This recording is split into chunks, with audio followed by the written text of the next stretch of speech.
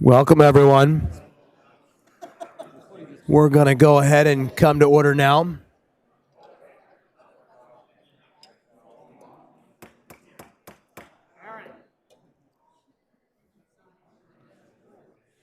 Welcome, everyone. We're going to go ahead and start our meeting with a roll call from our city clerk, Kathy Valdez. The record shall reflect that all members are present. And our city attorney, Walter Chung, will bring us out of closed session. The city council took no reportable action in closed session today. Councilmember Fox will lead us in the Pledge of Allegiance tonight. Please stand and remove your caps.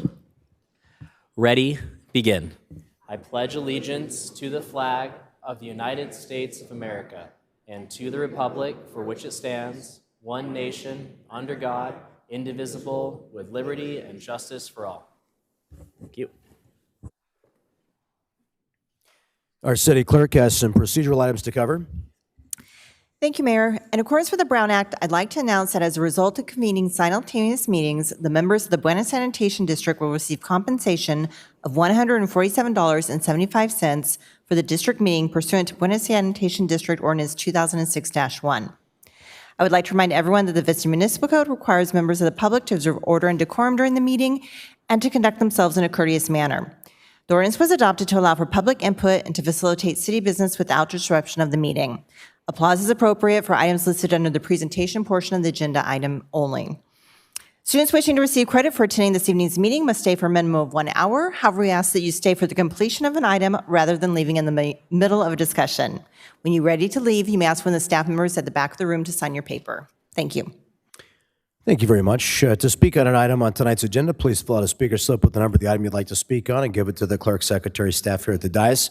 Speaker slips are available on the table just outside the city council chambers.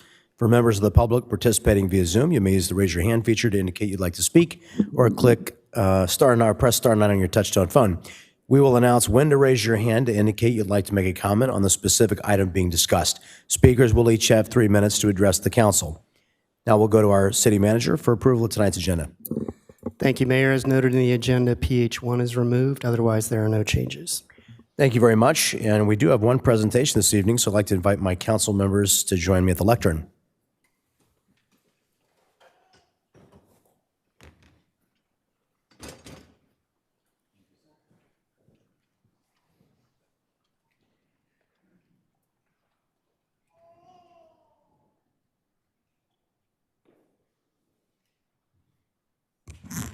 All right, tonight it's our honor to present a proclamation recognizing our firefighter paramedic, Connor Frazier, Firefighter of the Year of 2025.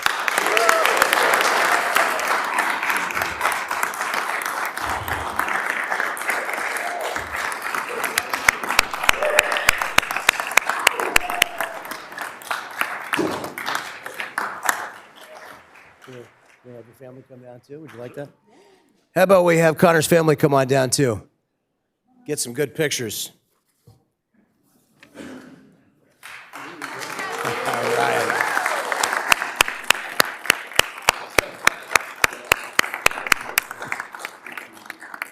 All right.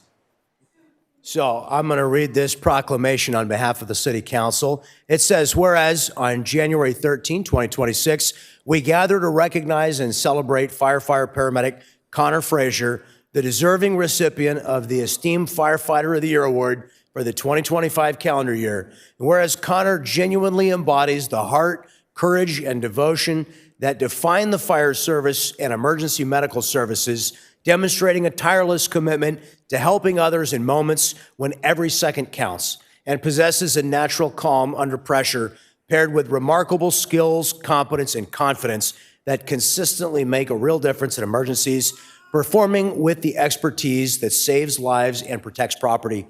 Whereas Connor has dedicated substantial time and effort to ensuring the operational proficiency of data collection, communication, and billable revenue processes within the water, street, and EMS program, while consistently sharing his expertise as a paramedic preceptor and playing a key role in training the next generation of responders by initiating revisions to sections of the new hire probationary manual and modernizing language and structure to enhance clarity and support the success of incoming recruits. Whereas what truly distinguishes Connor is his passion, his compassion, and ability to inspire, serving not only as an outstanding firefighter and paramedic, but also as a thoughtful teacher and a genuine mentor who guides newer members with humility, professionalism, and quiet confidence, which naturally commands respect and motivates others to notice and emulate his approach without seeking personal recognition. Whereas Connor arrives every day prepared to serve, willing to teach, and determined to make a difference with consistent reliability, strengthening our team and those we protect through his dedication. Whereas firefighter paramedic Connor Frazier stands as a treasured member of the Vista Fire Rescue, not only for his accomplishments, but for the character he displays, having demonstrated from the very start of his career with the City of Vista his loyalty to the profession, the people, and the fire service family. Now, therefore, as mayor, on behalf of the members of the Vista City Council, I do hereby proclaim Wednesday, January 14, 2026, as a day dedicated to honoring firefighter paramedic Connor Frazier, our esteemed firefighter of the year for 2025. May his profound impact on our fire department and community stand as a testament to his outstanding leadership and selfless service.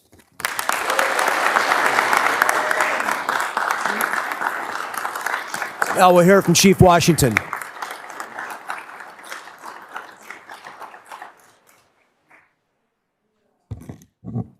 Well, good evening. My name is Gerard Washington, Fire Chief, City of Vista here. I have the honor of presenting this award to him, but before I present it, I just want to say a couple of words. I bumped into him yesterday at Station 1, and I say, hey, how's it going? Are you excited about tomorrow? He says, yeah, I am. My family's more excited than me. And he wasn't just talking about blood family, but fire department family. He says, you know, Chief, we're just doing our job. And I said, you're right, just doing your job. I want to thank the council, I want to thank the city manager for recognizing our staff that not only does their job, but this is a perfect example of someone that's doing more than their job. You know, it's well, he's doing his job, he's doing his job. No, this is an extraordinary individual here. The support he has from the field and from his family. And we have an extraordinary department. And so again, thank you all for allowing us to honor these individuals that go above and beyond just doing their job. So I truly appreciate you for that.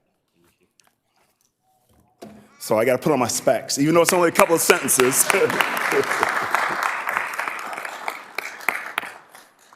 2025 Firefighter of the Year, Vista Fire Rescue.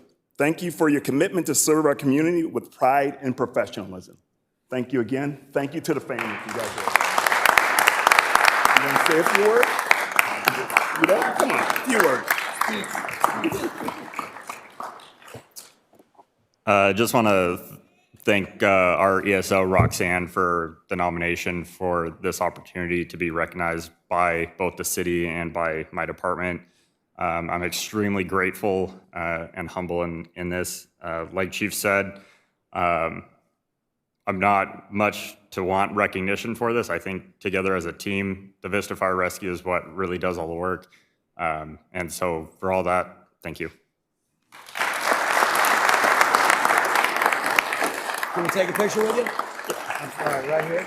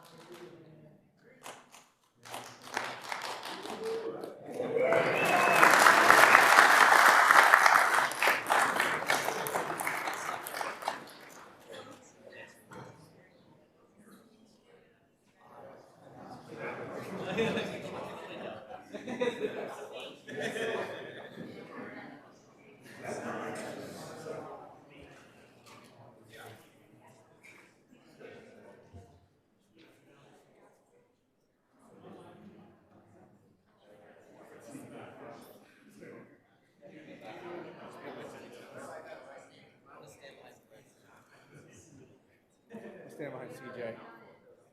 Yes. Well, I'm getting on my toes.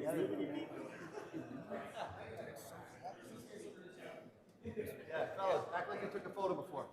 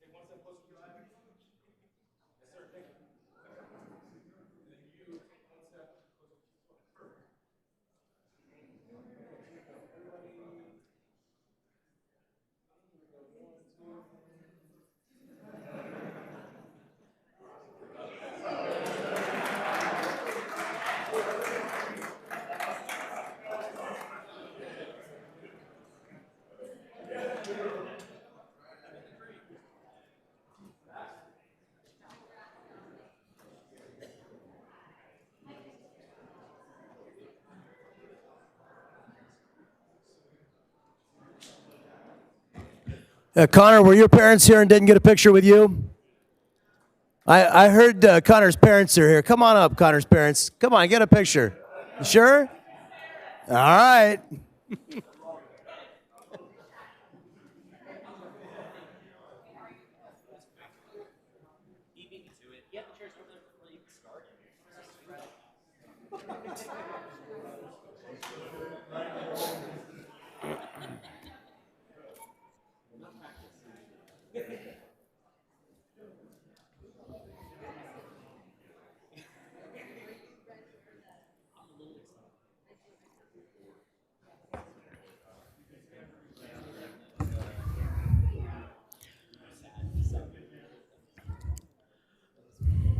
Chief Washington, hey, on behalf of the whole council, thank you very much for giving us the opportunity to join you and the members of the department in honoring Connor and all the awards you've been bringing forth to us. We appreciate that partnership. Thank you.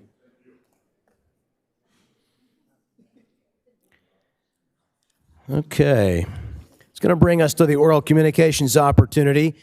Any member of the public may address the City Council on agency-related matters not on the agenda by requesting to speak during this section of the agenda. If you are participating via Zoom, please use the raise your hand feature or press *9 now if you'd like to speak. The number of speakers will be heard during this segment is limited to 10, and the remaining speakers will be heard under the second oral communications item.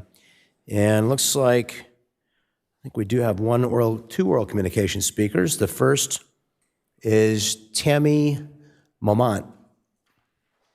Is Tammy here? I apologize if I got your last name terribly wrong.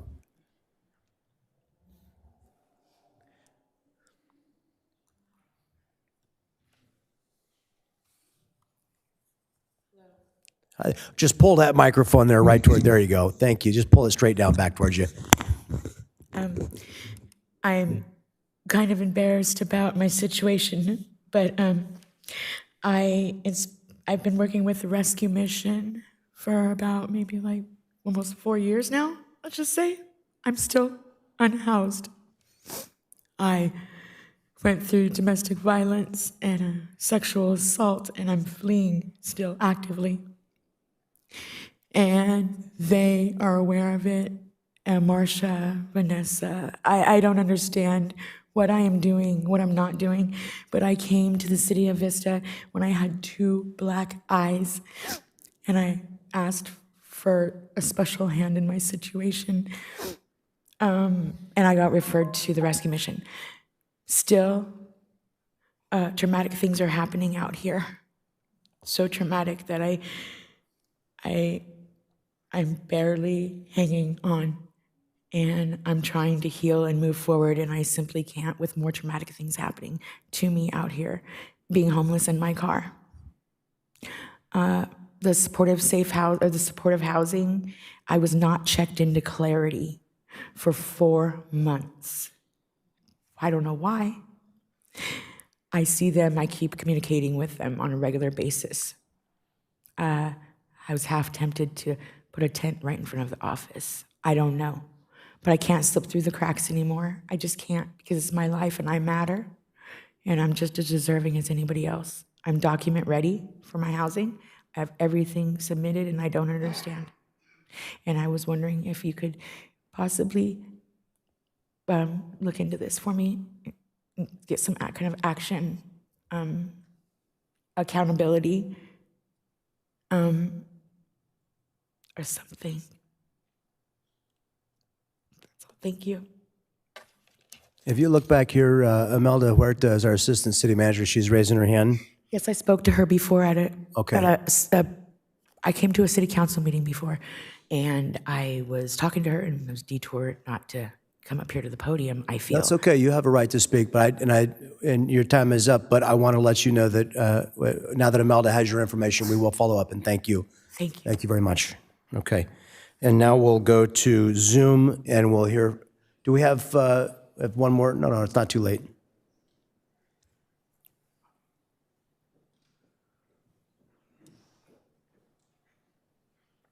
Okay, Carol Jeffries. Thank you. Hi, sorry, I just thought of what I wanted to say right after you said those oral communications. So I live in this neighborhood, so there's a lot of speed humps, which I'm fine with, but there's an interesting phenomenon where a lot of the speed humps at parts of the day are shrouded in shadow. They're always next to a tree or something, and there's part of the day when they're in shadow, and they're hard to see, even with the little arrows on them. So I just wanted to let you know that in the Barrio and Carlsbad, they have speed humps, or speed tables, I guess. I'm not sure which one they have. But they have horizontal lines leading up to the hump. So they're like, I think they're like either bigger to smaller or smaller to bigger. And it's just a little bit more visibility for that speed hump that's coming up, because I swear to you, they placed these speed humps next to trees to hide them, because they can be really hard to see, especially if you're not familiar with the neighborhood. So I just wanted to put that out there. I think it would be a very easy solution to make it a little easier on people who are driving through the neighborhood on your suspension. Thank you. Thank you. Next, we'll hear from Peggy Walker on Zoom, followed by Becky Rapp. Peggy Walker. Hi, good evening. Happy New Year to you all, and thank you. As the public health educator, I'm here to share that January is Substance Use Disorder Treatment Month. In line with that, a new 2026 drug impact report from Smart Approaches to Marijuana, which is a leading authority on marijuana's impact on the nation and consequently on us here in Vista, was just released. It reports disturbingly negative statistics, including a steep increase in marijuana treatment needs. The report associates daily use of high-potency cannabis with a fourfold increase in risk of psychosis, higher rates of psychosis hospitalizations, a 25% higher risk of heart attack, and 42% risk of stroke, both at younger ages than ever, and sharply elevated risks for head and neck cancers. The report shows pediatric edible marijuana exposures for children under age 6 increased 1,375% over 5 years in those places where pot is legalized. Those are just a few findings.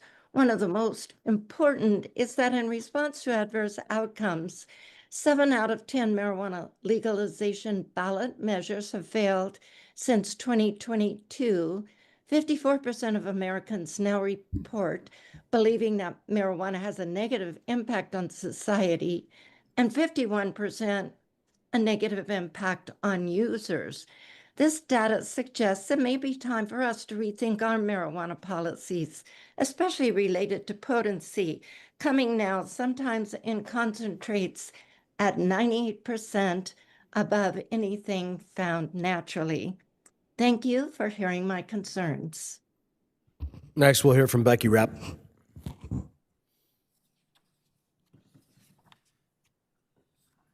Good evening. My name is Becky Rapp, and I'm a public health educator, and I'd like to bring to your attention important peer-reviewed scientific research recently highlighted in the American Journal of Psychiatry, one of the nation's leading medical journals. The research reinforces that the human brain continues developing until approximately age 25. And during adolescence and young adulthood, the brain regions responsible for judgment, impulse control, and emotional regulation are still forming. Exposure to psychoactive substances during this developmental period carries consequential risk. The American Journal of Psychiatry summarizes decades of clinical and neurobiological research showing that marijuana exposure during brain development can alter brain structure and function. Early and frequent use is associated with a higher risk of addiction, anxiety, depression, psychosis, and long-term cognitive effects. These risks are compounded by today's high-potency THC products, which are far stronger than those studied in the past. As marijuana becomes increasingly normalized, youth and young adults are often exposed to misleading or enticing messaging, including billboards and other forms of advertising that show minimized risk and emphasize appeal. This creates a disconnect between what the science shows and what young people are led to believe. I encourage this city council to prioritize prevention education that is accurate, age appropriate, and grounded in peer review science, and to continue examining policies related to marijuana advertising that may unintentionally promote use among developing brains. Thank you. Okay, that'll close the opportunity for oral communications during this council meeting. Bring us to our consent calendar. The recommendations on the following consent calendar will be enacted in one motion unless an item is removed from the calendar. Any member of the public may remove an item by submitting a request to speak card to the clerk secretary by using the raise their hand feature on Zoom or by pressing *9 now. Items removed from the consent calendar will be considered immediately following the adoption of the calendar. We have 9 consent items this evening. Councilmember Melendez. I move approval of the consent calendar. Councilmember Fox. A second. Councilmember Contreras. I just wanted to point out C7 Luz Duran Park Community Room restroom project. It's been a long time, so I'm really happy about that. And we're going to be doing some restriping, so we're going to have a net gain of 20 parking spaces at Luz Duran Park, which is fantastic. And then I just also wanted to call out that our solar streetlight project, once this is adopted, we'll move forward, and there's a lot of lights going in, so that's very exciting as well. Very good. Hearing no items pulled by the council or public, we have a motion to second. Please cast your votes.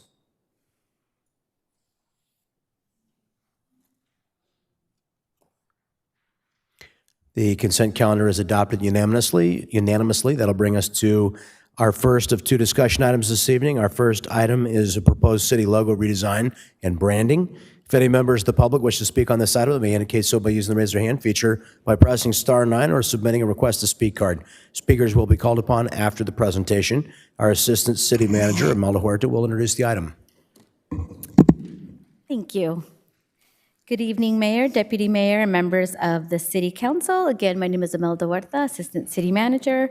Tonight, our Communications Officer, Fred Tracy, and I will be providing an update and report on the city's logo redesign and branding efforts. As a brief background, the City of Vista's current logo was last updated in 2004 and has represented the community for over 2 decades. As the city has grown and evolved, so has the need for a refreshed visual identity that reflects our modern character, values, and aspirations. Key considerations, as noted in the previous discussion, included reflecting Vista's evolving identity and values, enhancing public engagement and civic pride, optimizing for digital and print usability, and demonstrating innovation and relevance. As you can see on the screen, highlighted is the city's current logo. In 2024, again, as a background to the previous discussion, the city issued a request for proposals for logo and brand mark design. 3 proposals were received, and a committee of city staff and multiple departments interviewed the designers. Based on experience, qualifications, and proposal details, the committee selected Jamie Muehlhausen, also part of Vibrosonic, a Vista-based designer with credits including graphic design work for national brands such as Tony Hawk, Vans, ESPN, Surfer Magazine, and many more. As outlined in the October presentation, the original scope of work included 2 phases, which with a total project cost of $42,000. Phase 1 has a total cost of $35,000, and Phase 2 a total cost of $7,000. As a reminder, the committee began working with Mr. Muehlhausen on the first part of the project, which focused on the development of a new city logo. As part of the process, staff conducted community outreach to gather input. 101 responses were gathered for the brand noun survey, and 104 responses were collected for the brand color survey. Surveys were promoted via the Vista News Center, eBlast, city social media channels, and through invitations to city commission members. Now I'll pass it on to Fred to discuss the draft logo that was presented and the newly proposed logos.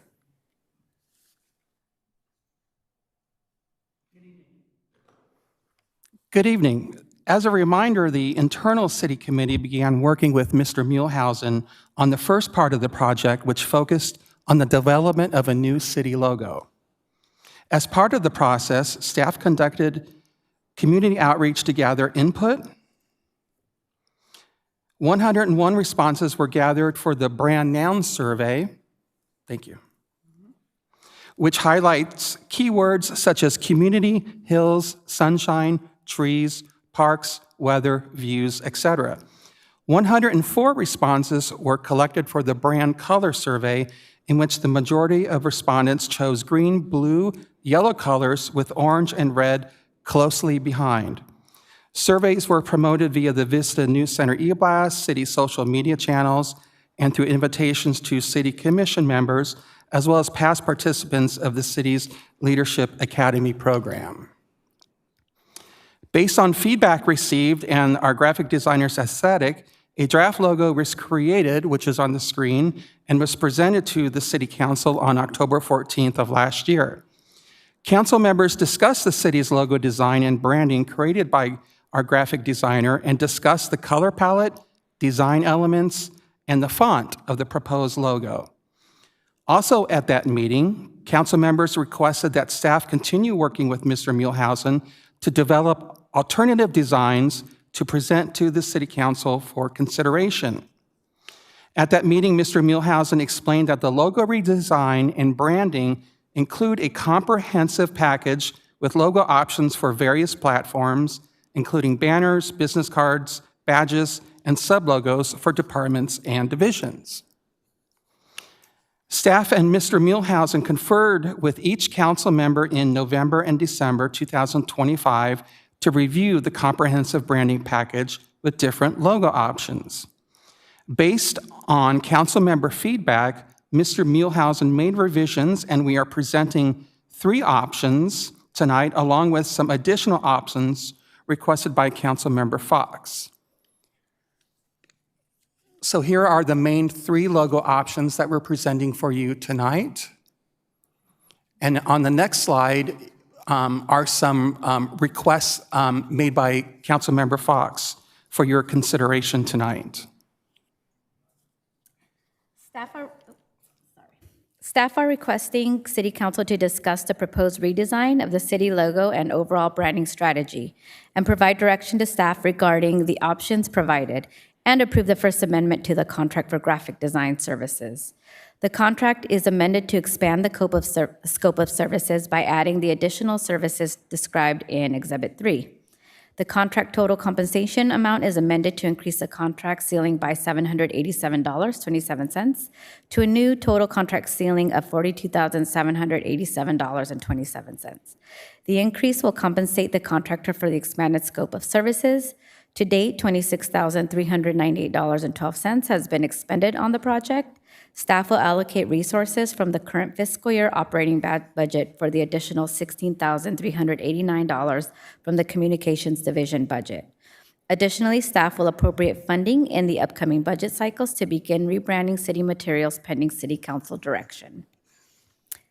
This concludes staff's presentation. We are happy to answer any questions. Additionally, the graphic designer, Jamie Muehlhausen, is in attendance. And then I just wanted to reiterate that we are voting on the design, and colors can be changed as directed by council. So, Council, I just don't see a design here that I like for the next 20 years for Vista. So I want to make a recommendation that we pause where we're at with our current contractor. I'd like to see us have a competition, open it up to everybody in Vista and throughout the world to submit designs to us. And we can award a contract to if the winning artist is not capable of producing all the sub-designs, if they'll assign the work and give us the license to it, then we can hire Mr. Muehlhausen and his firm to create all the ancillary artwork. So, but I'd love to see a lot more options. And, I'd love for us to find something that really hits us and we go, man, that's it right there. I just don't see that in any of the designs we've seen yet. So with that, let's go to Councilmember Melendez. Thank you for this presentation. I understand that this is coming back to us after several iterations. The initial engagement with the artists was internal, where we had staff meetings. We did have a competitive process where applicants submitted their interests. And maybe you could speak to, Imelda and Fred, maybe you can speak to a little bit further, why did Mr. Muehlhausen become the top artist that staff ultimately referred to the City Council? The committee felt that out of all three of the designers that were interviewed, that Mr. Muehlhausen had the best aesthetic as a designer. We, in looking at the other, and in interviewing the other designers, we just felt that Mr. Muehlhausen would give us something more vibrant and modern, as opposed to something very corporate looking. Yeah, I think that that's seen here. And so I really appreciate, anytime you have art, right? And I would love to go back to the slides where we're seeing the draft proposal. Yes. And I understand everybody has different perspectives, right? But as a creative person myself, and ever since I was very young, right, and learned from other artists, I learned that it was really important to make choices, right? And so staff tasked with this, important discussion, ultimately you made a choice, and I'm hearing a motivation in that choice was vibrancy, right? Quality, right? And those are some of the things that I would probably want to see in my finished logo. And I'm seeing those things. I'm seeing quality and vibrancy and clarity displayed for us. So there's a couple notes that I wanted to share. One, I think that the reason why we need a new logo is very clear. We want to be able to communicate to the public, to the community, what the City of Vista is, right? And as a trustworthy source of information and, as a welcoming space at events, right? And just as an important institution in the community, that we have a recognizable logo and image. Part of that is moving into a more digital format with sharing information. Our current logo is crowded and dated and not really communicating much to the public on a digital format. These designs communicate very well the City of Vista identity. And another thing that I really liked about this process was the community surveys, and that we have just displayed before us, and you can go back to these as well, the word clouds. And what I really think that they demonstrate for us is that our current logo is missing a lot of the iconography that our community identifies with.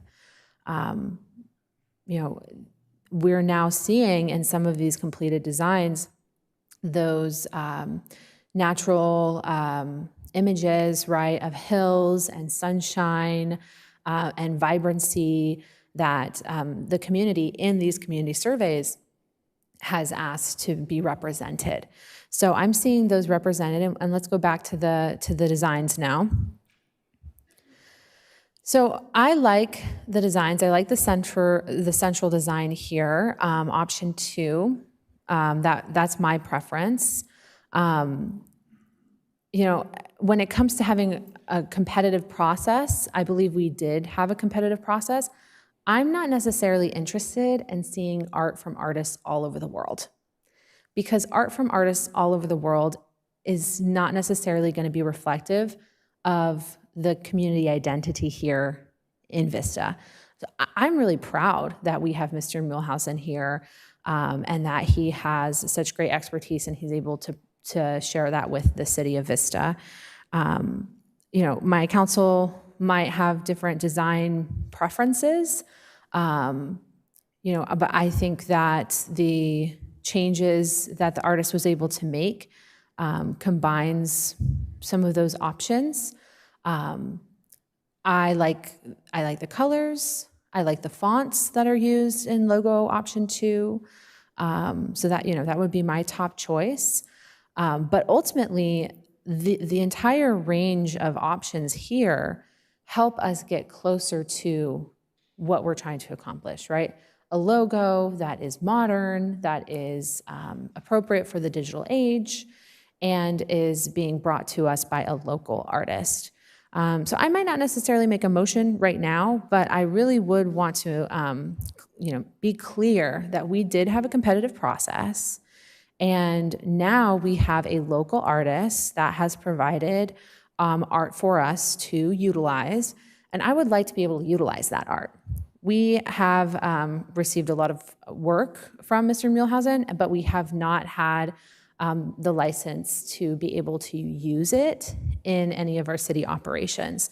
And that's the point, is for it to be able to be useful to us, and not just something that we as council members kind of imagine, what would we do, what would we draw up, but ultimately ask a professional artist with ties to the community to design something that's going to be eye-catching and of value to the public. And I think these designs are very valuable, and I particularly like option number 2. So I'd love to hear from the rest of the council about your design preferences.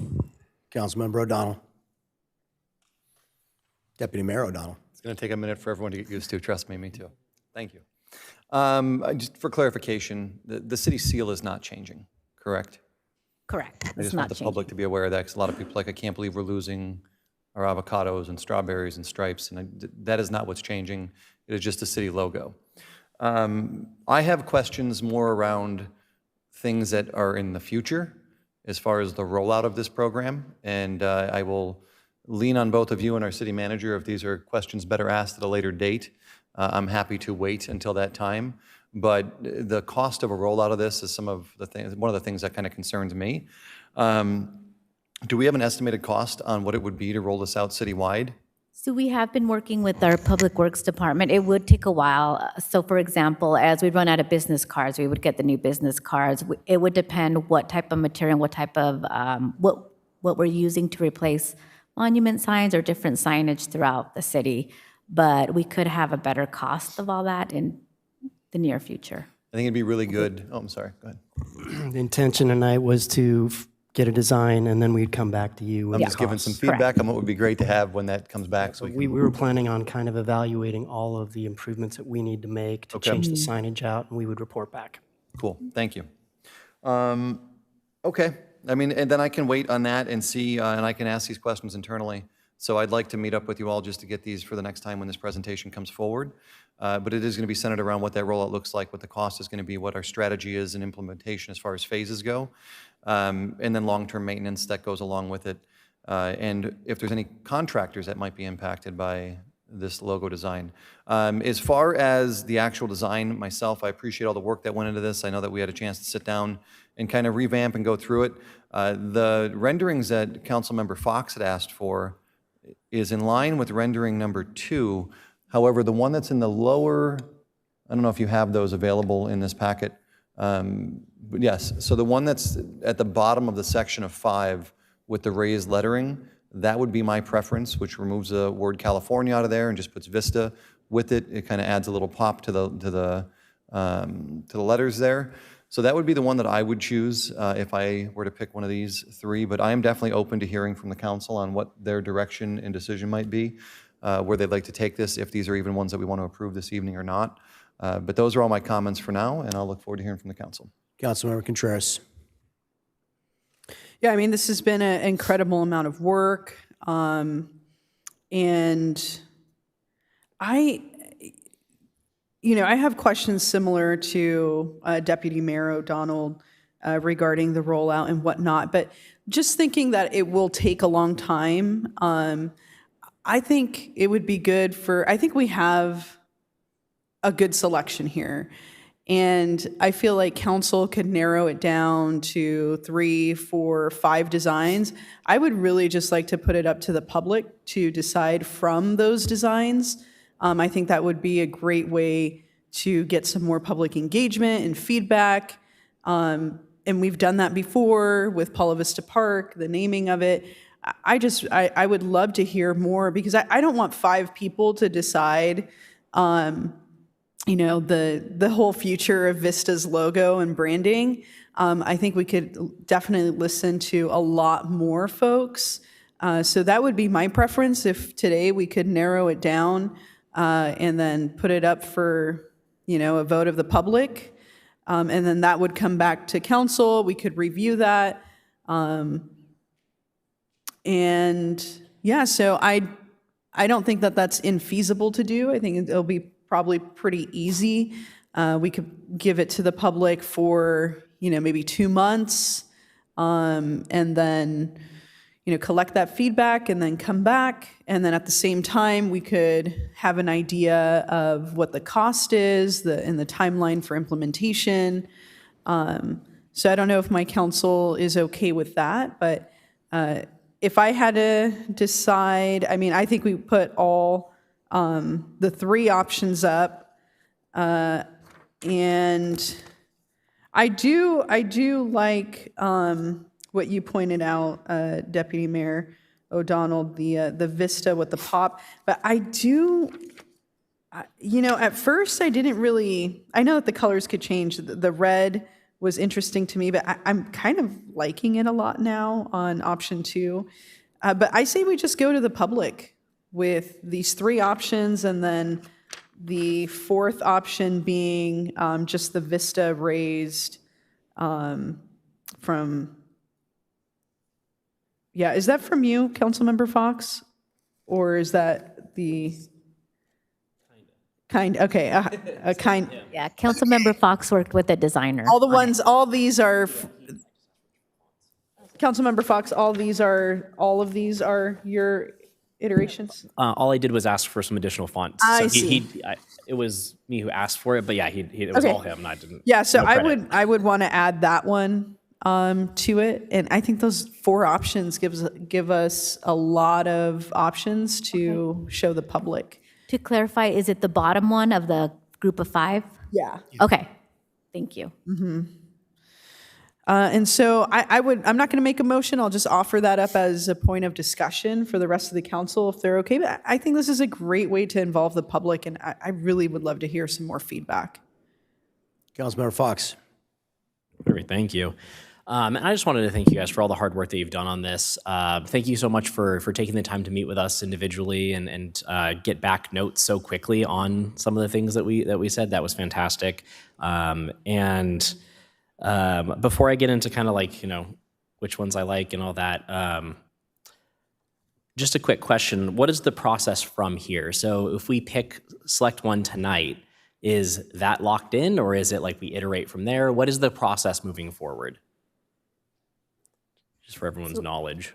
Yeah, so if you select one tonight, you would approve the amendment, which is to pay Jamie for the additional scope of services, and then we would roll out the branding and the new logo, which would include replacing the business cards, our letterhead. I see those as kind of immediate items we could do, and then working closely with appropriate staff regarding the cost to replace signage out in the field, monument signs, and other items that I'm sure we can't think of right now, but Yeah, I attempted to get a quote for the monument signs, but they were reluctant to do that until they knew what the logo looked like and what the shape of it was. But our plan is to kind of use the budget process and a budget each year appropriately to get the rollout going and completed in a timely manner.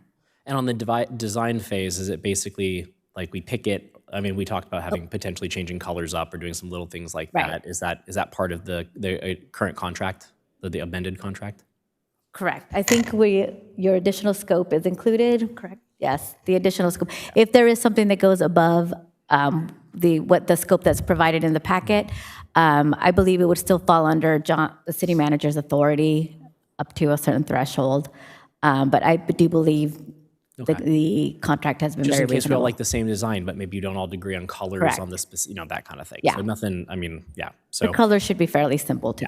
okay. And then, when it comes to putting it up to the public for the final vote, I don't think I have any issues with that per se. It is something that it's nice to get, whenever you're doing something citywide that people kind of just have to live with, it's nice to get some buy-in. So it's, feel like they have some ownership over the final result. And so people feel better about something that they kind of got to have some say in. So I'm not fully against that, especially if we can get a few really locked in, dialed in options for them to choose from. That's fine with me.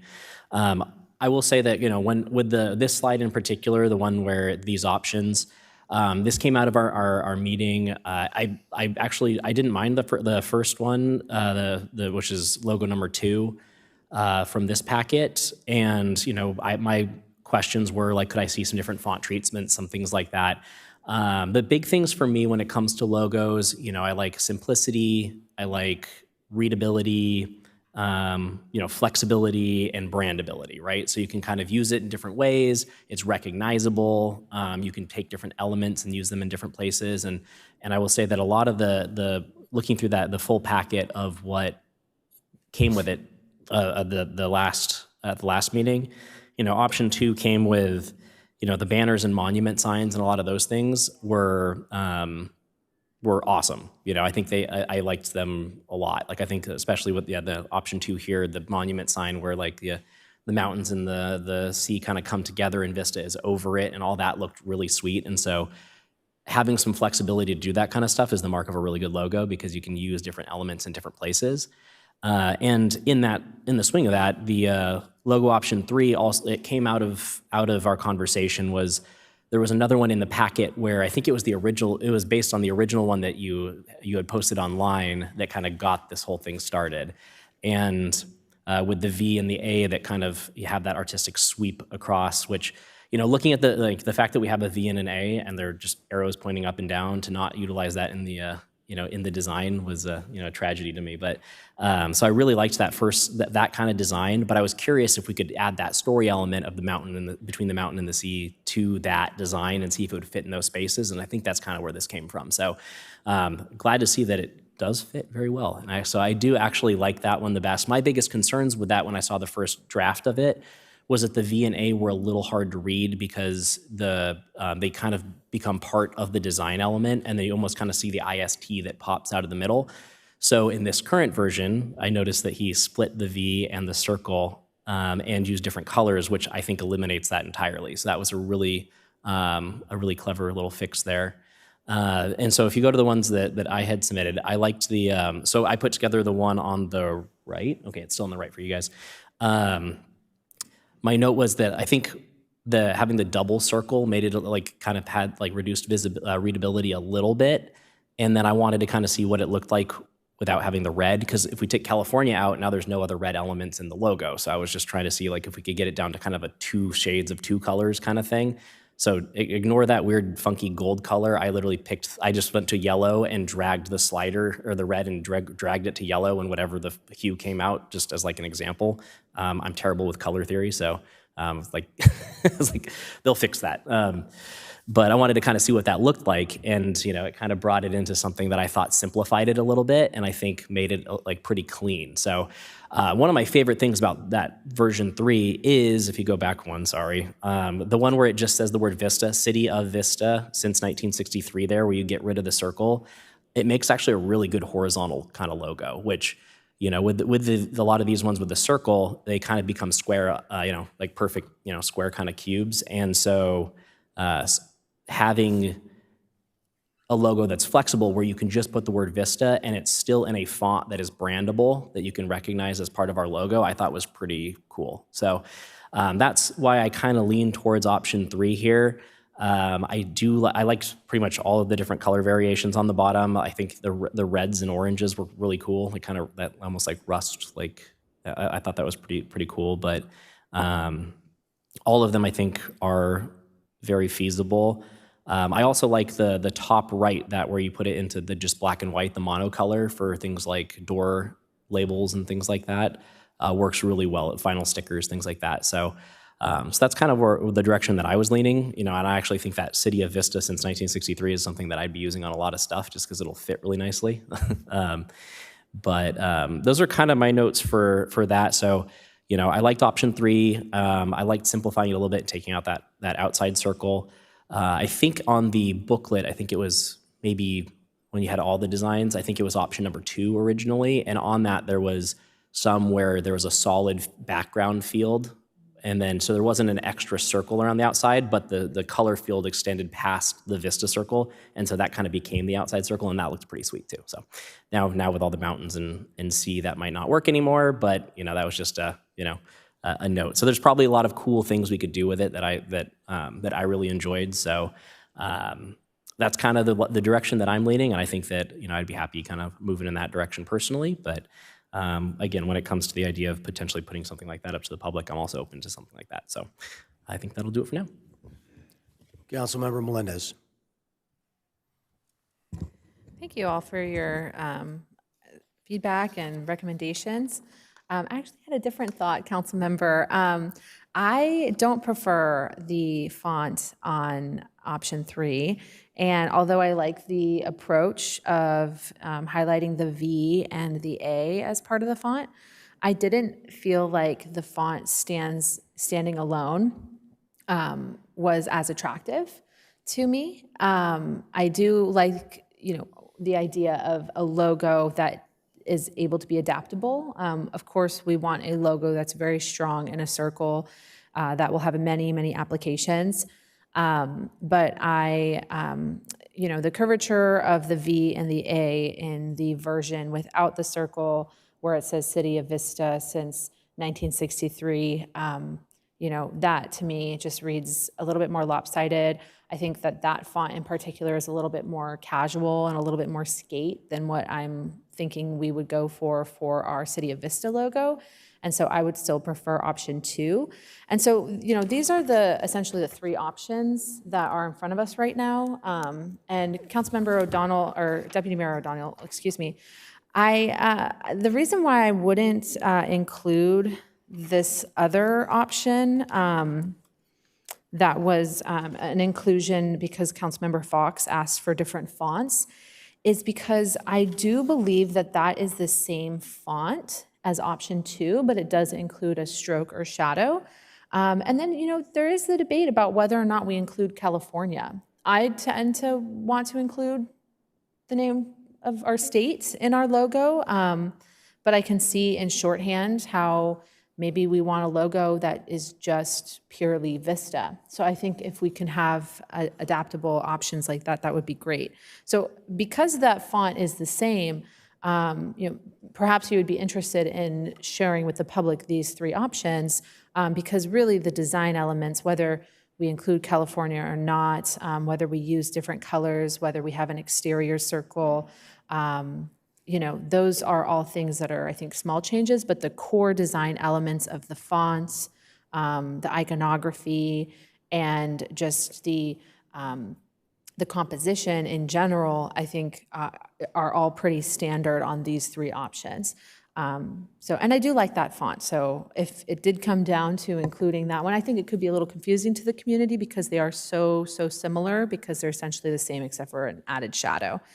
So I like Councilmember Contreras' idea of perhaps taking these 3 design options, which is what's presented to us today, and putting a survey out, maybe 30 or 60 days, and similar how we did to Paula Vista Park when we were naming the park, and being able to ask, and of course, there's differences of opinions across the council, right? And it's just, what we think is attractive and interesting and what catches our eye.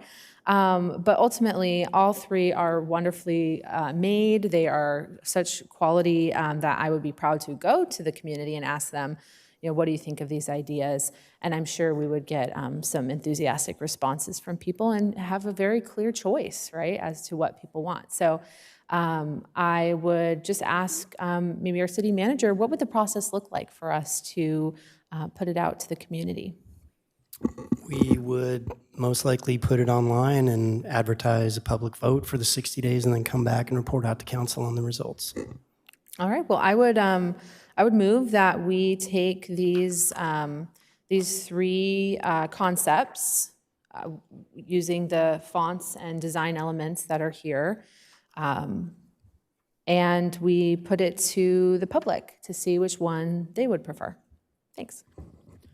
Just to be clear with that suggestion, we're not assigning the decision to the public, just receiving input from the public, and the council will still make a decision. Is that what your thought is? I think, and maybe city attorney would have to clarify for us, the public vote would not necessarily, that would be, if the public were to vote on our logo, that would have to be some sort of ballot measure. If we were just to take an informal survey, that would just be information.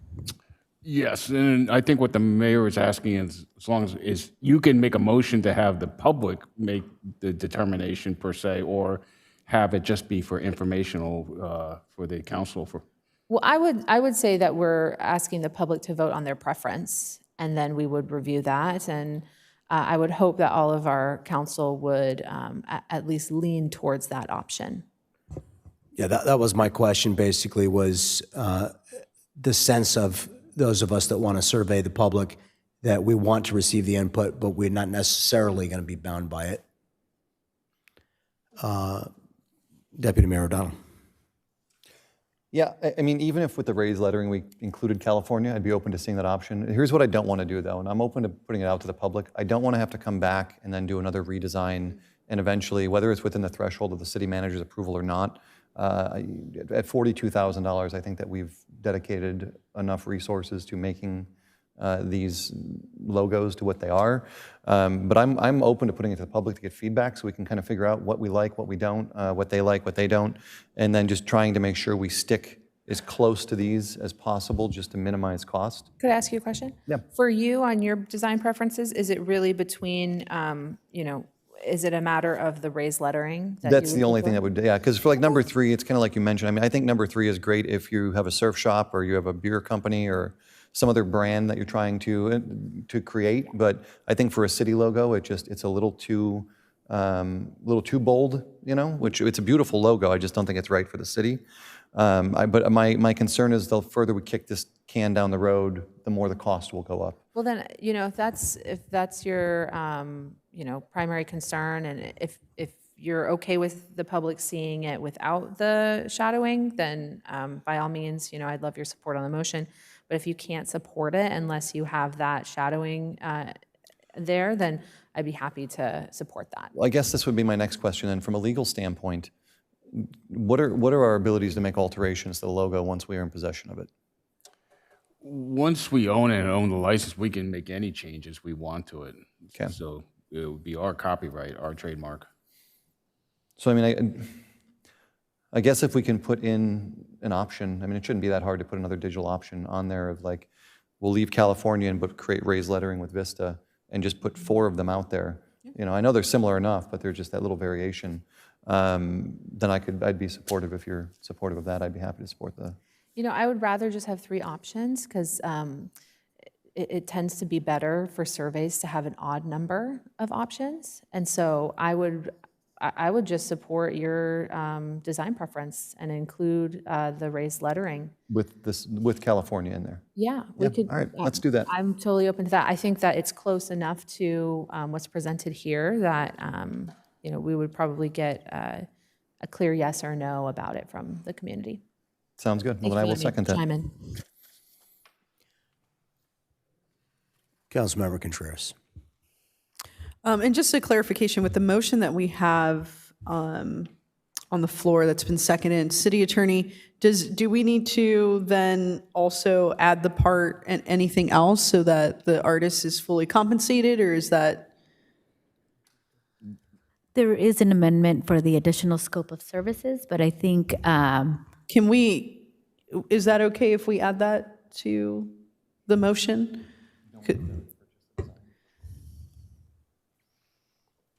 Can you enlighten me on that? So are you asking, with the raised lettering, we would ask the artist to do another set, so whether that's included in the price, so the artist has indicated it is, so yeah, then we were fine. Okay, but does it make sense to add that to the motion, because it's currently not in the motion, the amendment? No, that We would be. could do that later. That's part of the contract, so we're okay. Okay. We don't need that from the Okay. council. And my other question is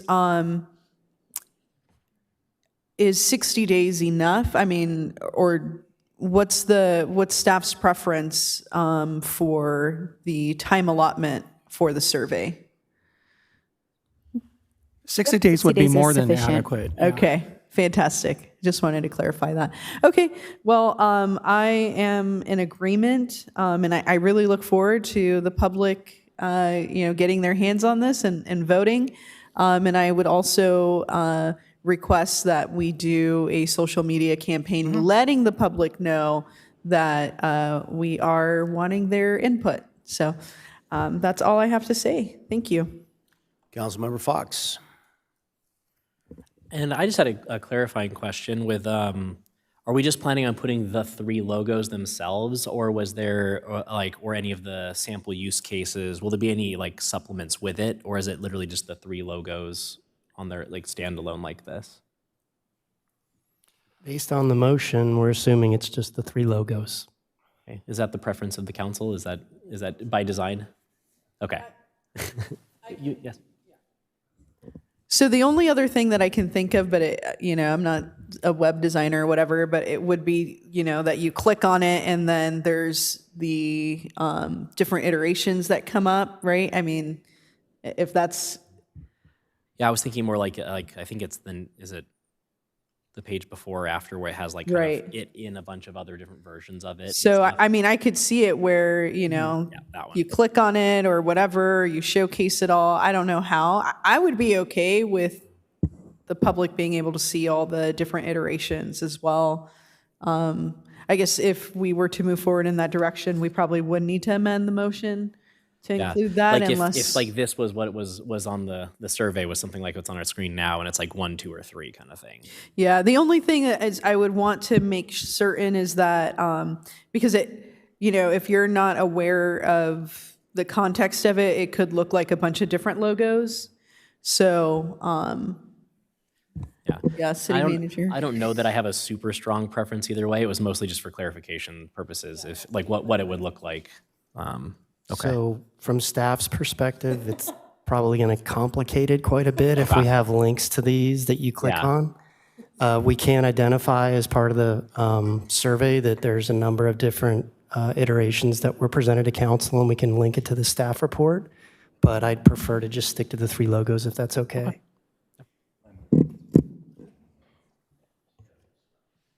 And just to confirm, I apologize. Part of staff recommendation was to approve the First Amendment, and to clarify that, yeah, we're good.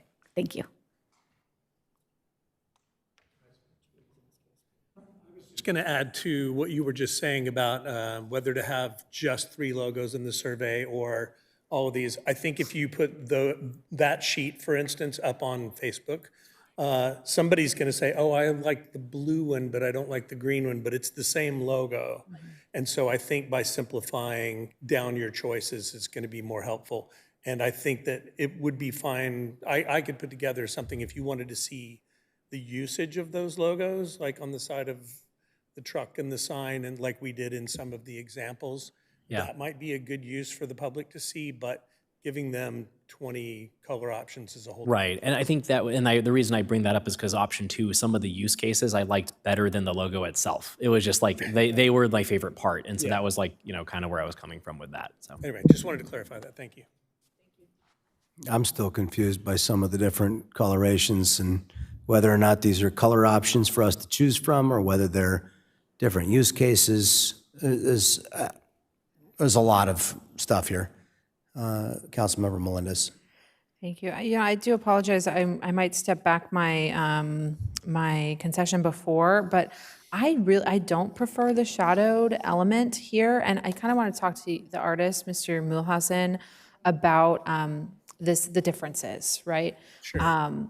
Here's my theory. If we present to the public 4 logos, and it's these plus a version where the center option has shadowing, then I believe that this is the popular option. I believe option 2 is the popular option, and we would likely get a majority of people choosing that option. It's just a very friendly logo. And my concern is that if we present to the public a similar logo, right, that it would split the vote on that. And then the reason why I wanted to bring you up, Jamie, is because what is your thought as an artist in terms of, how does shadowing impact the design being a different design? Would you say that shadowed version is the same logo design, but with a different stroke or shadow added to it? Yeah, I didn't want to jump in before, but it's basically the same exact logo. Okay. It just has a little shadow on the lettering. I think the bigger difference between the two is the word California being in it or not. And I think that's where the public would have maybe more input on whether they'd want to see it with California or not. I think the shadow could be one version of the same logo. It could be used for certain things, and then the more simplified could be used when you need more readability, that type of thing. So 2 out of the 3 logos have California, right? And then California can be removed from all of them, of course. Based on your answer, I guess it's safe to keep the motion as it is, where we add, Deputy Mayor O'Donnell's recommendation of adding the shadowed font. But I think the real question is, do we present these logos to the community as is, or do we, we could do multiple rounds of this. I think the question about adding California or not, that is a really big question. And we might find that the community prefers option 3 because it doesn't have the word California there. So I suppose we will see. But I just wanted to get your clarification on the strokes and the shadowing and how it changes the logo. I was going to add that to add more complication to it, but the option number 2 that's up there, with California in it, I could do a version of that with the drop shadow and California together for you to look at. But I know we're trying to come to more of a conclusion here tonight. But it doesn't really change it that much. It's just a little bit of a drop shadow on it. It's all it is. Yeah, and so I would kind of prefer to have the logos be presented like flat without additional kind of font elements to them. Right. So, Councilmember or Deputy Mayor O'Donnell, I'm so sorry. Deputy Mayor O'Donnell would, knowing that could be included, right? Shadowing could be included as part of like the enhancements that Jamie can do as part of the larger package. But just keeping the design simple for the community to see. Are you okay with keeping a flat logo? So what I would say is that if we're worried about splitting the vote, I think that at that point we would actually have a good understanding of what logo is preferred, not necessarily the raised lettering or not, but which one. And then we can go into the debate of whether or not we want to keep it or let it go. It may be beneficial, since the 3rd logo doesn't have the word Vista in it, to present something that is similar to number 2 without, or doesn't have the word California in it, similar to that, and then just see what people think. I agree with you. I hate to see 4 up there and it doesn't create congruency within the vote itself. But this is not a hill I'm going to die on, right? So if there's not support from the majority of the council to put in raised lettering and they just want to see these 3 presented, knowing that we can alter the word Vista later on, that's fine. I'm not, Then I would like to amend my motion, and hopefully I can still have your support, to keep the font flat, because those are design elements that can be included later. But I appreciate your point. I think we keep California in there because that might really be the difference for folks. So if I could have your support on that change, that Yes, would be great. and that was my comment that I was going to make, so. Thank you, it's- fantastic. I don't need to be recognized. Councilmember Contreras. Yeah, and I was just going to say, I mean, you know, in option 2, there is a version that doesn't have California on it. And so, you know, if we're going to be linking that to the public, the upper right-hand corner doesn't say California. So those are just the different iterations.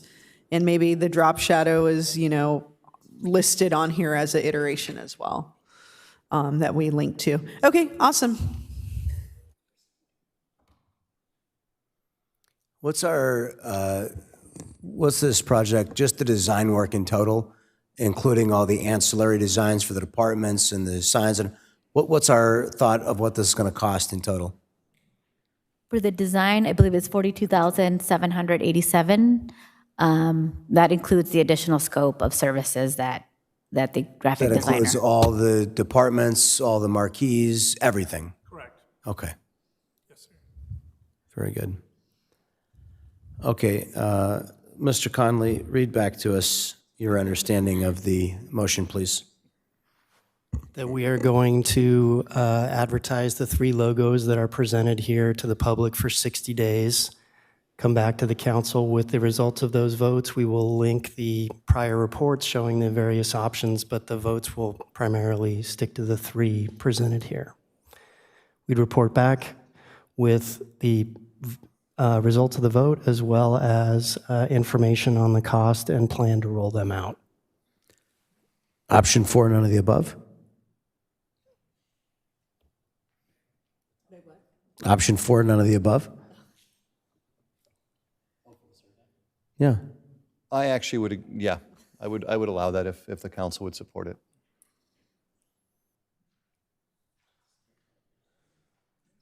You just got to get one more person to agree, though. Are you interested in making a decision tonight? Decision of just picking a logo? Yeah. No, I'm just saying, can we add a 4th option, which is I don't like any of the logos presented? Yeah, on the survey. Again, they don't bind us. Yeah, Yeah, I think that's fine. okay. We got 3 and a maybe nod. Okay. Very good. Well, that one might be the most difficult. That one might be harder than. You know, I'm actually the going to other retract my support of that because if someone doesn't like the logo, they could just not participate. And we also can see if we set up this survey, is there a way to see like how many clicks we got on it versus how many people completed it? Yes, we could provide all those analytics. Okay, that's very helpful. Well, wouldn't you rather know if somebody, like, if they don't like any of them, non-participation can't be counted. Wouldn't you Well, we like could also to? pick, people prefer option A and B, people prefer option A and C, so there's a lot of different variations we can do. We could. I guess the question is, do you want to get a count of people that didn't like any of the logos, and so they said none of the above? I would probably prefer to add a comment box section. A comment box? Yeah, so that they could add optional comments in which they could put any number of comments, including that they don't like any. I'm totally in favor of the comment box. Do we have a third for the comment box? I got a shaking head from Jeff, yes? In lieu of the none of the above? Well, I don't know about that, but can we just agree on a comment box? Option 1, 2, 3, and then a comment box. You cool with the comment box? Yeah. Can we limit it to like 360 characters? Does it take that many characters to say I don't like 180. any of these? 180? I'm fine with that. 180 characters? Well, we want to keep it short. That way it's easily read by people that are reading it. Okay. All right. I still have 2 and a sort of a nod for none of the above. Do I have a full yes for none of the above? What would be so terrible if a majority of people, I would actually agree with the council member that if we're going to add in the comment section, it kind of makes the none of the above a moot point because someone can let us know that they don't like any of these. Yeah, that's true. But if you hang it out there as, Let's not overcomplicate. so you're withdrawing your. If we're going to put the comment box in, I will withdraw my support for none of the above. Okay, very good. Okay. We have 2 other council. We have Councilmember Contreras, did you want to be heard again? Yeah, I would just say I like the idea of the comment box. I think at the end of the day, we really just want to narrow it down. We have 3 really great logos, and as to save money on this and not have to do a bunch more iterations. It really is. We could probably make a decision now, and I would go with option 2. But I really want to hear from the residents and see what they prefer. So I think the 3 options that we have are great. A comment box to provide some more feedback. And with the Paula Vista Park, did we add an option for none of the above? I don't think we did. I think for Paula Vista Park, we just provided them the opportunity to present their To make their own, ideas. yeah. Okay. Yeah. Yep. All right, awesome, thank you. So just FYI, I'll submit these for the public record, but I have residents that are watching this at home that are sending me their ideas for designs. Yeah, and they said they'd be willing to do it for $3,000, just saying. Look, Mr. Muehlhausen, I appreciate your work, and I don't mean to diminish it at all. I'm not a particular fan of the colors, and I know you were given a lot of input, and somebody told you take all these elements, and I would have maybe selected different elements. So I want to be very clear. I'm not impugning your talents as an artist. Okay. I don't particularly love the process that we used here. I've seen other cities that solicited from local artists, and I agree with Councilmember Melendez, who said maybe you don't want to see them from all over the world, but I think it would have been really cool. We're a community of makers, we're a community of artists, and I think it would have been really cool to have opened this to local artists and to invite people to submit something. You talk about public participation and a little bit of awareness. I think that could have been really cool. We could still totally do that in the next 60 days. By the way, if there were 2 that agree, we would submit your own design in the next 60 days. What's wrong with that? We could still pay Mr. Muehlhausen for his work, because he's done the work. He deserves to get paid for it. But we could look at other, and if we don't like any of them better, that's fine too. We used the last logo for 20-some years, 22 years. Why do we have to, I don't understand why we have to rush this. Like is there an emergency with the logo? Is ours expiring? No, it's not expiring. I just don't understand why we can't take our time and get something that we're all just like stunned with, oh my gosh, that's totally Vista's new brand. So are there 2 yes shaking heads for allowing people to submit can we have a box where they can upload their own design? Nobody's for that. So I just want to be clear, we received designs from exactly 1 artist. So you had a process where you chose the artist from 3, but only the one that was chosen had the opportunity to submit different designs. Yeah, so we've only seen art, yeah, I think I got my answer there. We've only seen artwork from exactly 1 artist, and now 2, because I had somebody that, I don't know if it was AI or they did it up themselves tonight, but probably was AI, I am sure it was. But the point is, I just think there's so many artists that could do something cool. I mean, it would have been great to see what the community might have submitted. And then I still think there's professional work that has to be done by somebody like Mr. Muehlhausen, to make that into a usable logo. But Can I offer one thought on that? By opening it up to the public, by using a professional artist, we are guaranteeing our ability to license and trademark.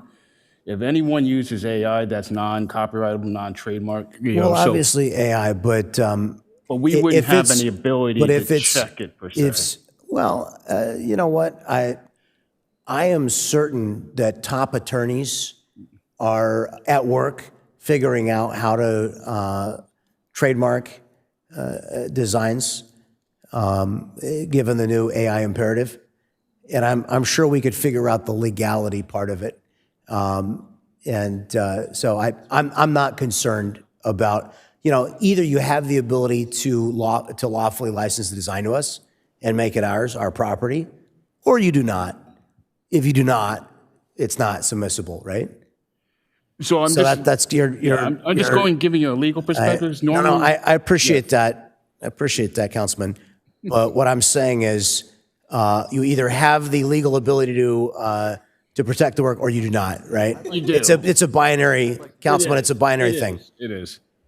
Yeah. It's a binary thing. Either you have the ability, either you own the artwork and you can sell it to us for our exclusive use, or you do not. If you do not, then it's a, game over. It's not for consideration. So, does anybody else want to provide an uplink where you can upload a file?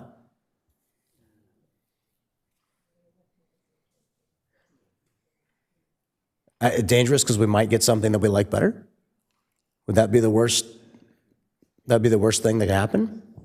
And then we have to come back and think about this again? But it's a 20-year decision? Comments, but I'm not sure what order we're in right now. Okay, Councilmember Contreras. I really, as much as I want to get submissions from the public or anybody in the world that wants to design for our little city of Vista here, we do not understand where that logo came from. And there is a whole process that goes into, a professional artist doing this. And our artist is a local artist. So, I would love, if this were not the age of AI and everybody just had to use, the Adobe suite or whatever to create logos, then it would be a different situation. But it's so easy to use AI to generate different logos, and I would want to lean on the expertise of our city attorney, flagging that could be a potential issue. So I tend to agree. I would like to be a little bit more thoughtful about the licensing aspect of it and the rights enshrined with the logo.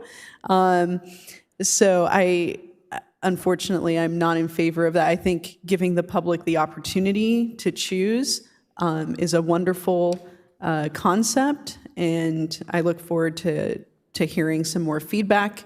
But we really are, entering a danger zone where we may receive a logo that we just don't have the ability to license. And then we're back at square one. And then I also just, this isn't something I think that has been rushed. This is already in excess of a year process. When did this process start? 2 years ago. So we're in year 2 of this. So I don't think, I think this is, typical government timelines where it does take a long time. And I would not say that 24 months is rushing it. So, and now there's additional time that's going to be given to the public to help with this decision. Then we still have to get that information back. And then we still have to have a council meeting whereby we discuss that information. And hopefully at that point we can make a decision, but it's also always up to the council if they want to make a decision at that point or not.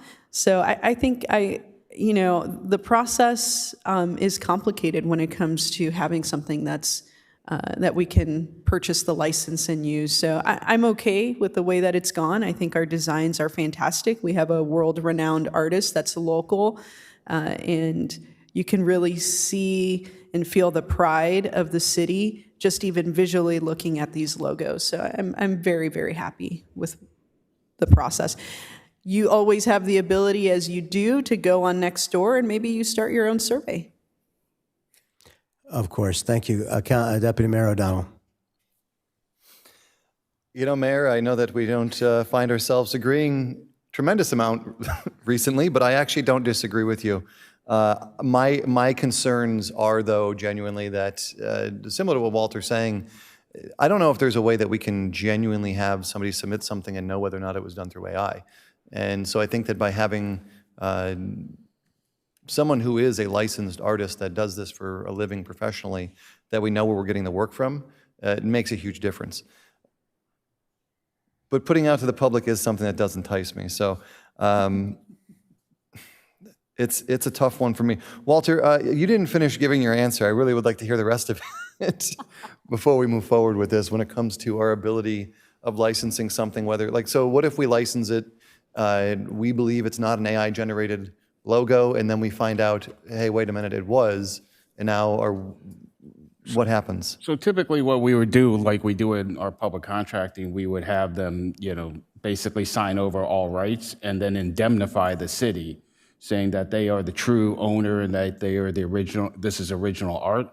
And if for any reason it comes to our attention that there's an allegation it's not, then they would have to defend or, or indemnify us, either, hire an attorney on their own dime or pay us as we hire an attorney to defend it. So that would be typical in all commercial contracts. And I know we have it with Mr. Mulhausen. So he is stating that this is original artwork that he has created from his, own mind, and that he's going to assign all rights to us. So, but if we opened it up to the public, that was all I was going to kind of mention, is we would need them to sign something like that as they make their submissions. As they make the submission, As right? they It make wouldn't the be submissions, afterwards. yeah. But So whether then- it's worth anything is the other question. Yeah, okay. How long did the previous process take to get the new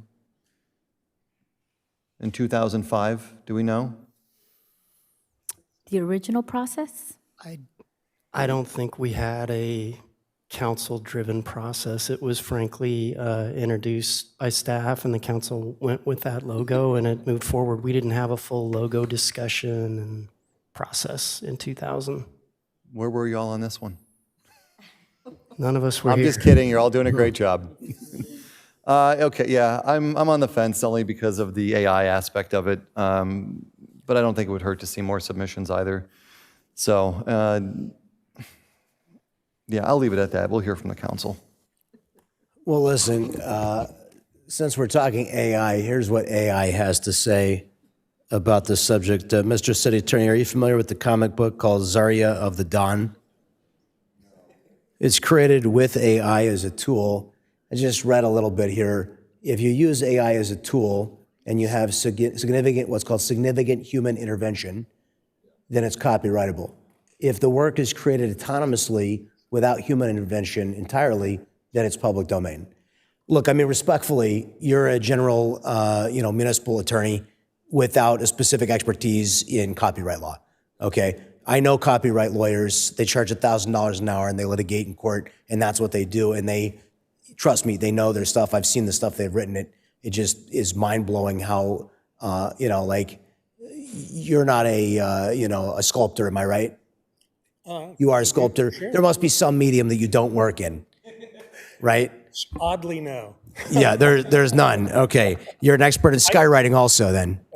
No? I wish I was. Well, I so could add some- skywriting being a form of art you may not be expert in. True. There would be some forms of art, and the same thing as with a lawyer. So that's not to put our city attorney down. Just, again, obviously, in order for us to pick something, it would have to meet the requirement that it could be fully owned and copyrighted.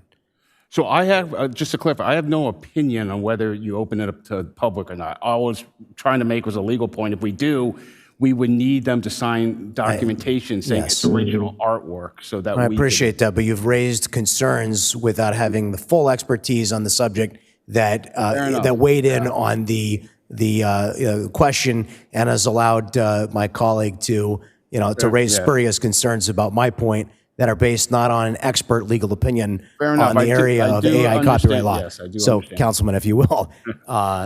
Okay, let's hear from Councilman Fox. All right, thank you. Oh, yes, sorry, Oh, absolutely. no, that's okay. I just wanted to add to the conversation about AI. I design logos for a living. It's been tested in court. If a logo is designed by AI, it's not trademarkable. If it's designed by AI, if it's It's designed autonomously, using if it's designed, not if it's designed using AI. I'm reading other material from the internet that says elsewise. Look, Don't you're not a believe lawyer everything on on the the subject. internet. I'm not a lawyer on the subject. He's not a lawyer on the subject. I know. Please, I'm going to ask that we, council can say whatever they want, but I'm going to ask everybody who's not elected to the council to cease and desist trying to offer expert opinions on AI copyright laws, since nobody here is qualified to speak to it. Please. You're welcome. Yeah. Okay.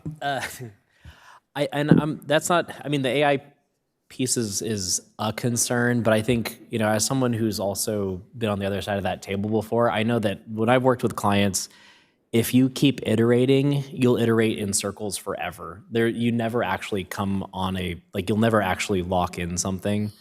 And so at a certain point, you kind of, there's that, you get to a point where you realize that you're not really going to progress any further. And, if we brought in, opened up to submissions, got 100 submissions, we would basically have a big packet. We'd come back into this meeting. We wouldn't like any of the, there'd be something wrong with all of them, and we'd open up to submissions again. And so this is something that I've had to deal with at work where, we're on revision number 27, and it's like they start taking out their own revisions that they did from revision 3, and it's just, it ends up going on forever. And so there's a time where you kind of just have to, this is the direction, and we can kind of iterate from here. But I think it is important that if we're going to do this, that we kind of, make a selection and move towards it. And if we want to include the public on that process, I think that's acceptable. But this is one of those things where, again, you never actually come to a conclusion if you keep opening it up, because there's going to be something different that we want in each one of them. And even with the one that the one that I made on the next page, I'd still have things I'd want to change about it. I didn't like the gold. I didn't, and so there's okay, maybe I could make the A and the V a little smaller, and maybe we could change. But at a certain point, it's this is 90 whatever % of the way there, and so that we'll run in circles forever to try to approach that 100% that you'll never reach, basically. So, Are you offering a substitute motion to accept number 2? I mean, I liked 3, but that's why we're. I'm just trying to figure out which one has a consensus here. If you're making the point to just it move sounds forward. Yeah. So I think, I'm fine with either of those options. I mean, I think that again, even though 3 is was my favorite of the options, if there was a consensus on council for number 2, I'd be accepting of it. So, Okay, I don't see any other members of the council wishing to speak. So let's get a final, what we're voting on here.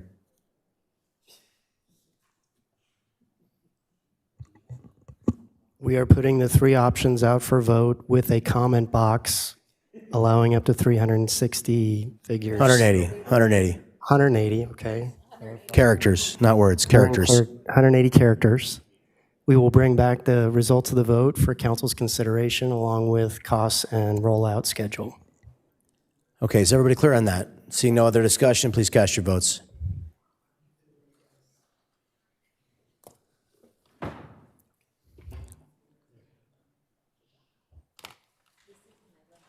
Okay, that item is approved unanimously. Thank you very much, Mr. Muehlhausen. Appreciate you. Thank you. Okay, we're just going to bring us to item D2. If I can get everybody's attention for our final action. Final item is our climate action plan implementation update. If any members of the public wish to speak on this item, they may indicate so by using the raise their hand feature by pressing *9 or submitting a request to speak card. Speakers will be called upon after the presentation. Our Assistant City Manager, Josh Sina Cruz, will introduce the item. Good evening, Mayor, Deputy Mayor, council members. Assistant to the City Manager. Tonight, I'm with Cassidy McCarthy, our Climate Action Plan Program Administrator, who will be giving our CAP implementation update. Good evening. For some background on the Climate Action Plan, or CAP, the original CAP was adopted in 2012 and updated in 2021. The 2021 CAP contains 7 strategies and 13 measurable goals to reduce greenhouse gas emissions in the city. Tonight's presentation will focus on the implementation efforts to achieve the goals outlined in the 2021 CAP, which will also be available to the public in the 2025 CAP monitoring report via the city's website after this meeting. Similar to last year, staff have not received an updated greenhouse gas emissions inventory, as SANDAC has discontinued the biannual report. However, staff will ensure that an updated greenhouse gas inventory is included in the comprehensive CAP update, which will start this year. Of the 13 measures in the 2021 CAP, 3 goals have been completed, while the other 10 remain in progress. These goals range from transitioning the city's fleet to electric vehicles, to installing EV charging stations, to reducing vehicle miles traveled, expanding solar at city facilities, increasing access to renewable or zero carbon electricity, improving waste diversion, and planting trees throughout the city.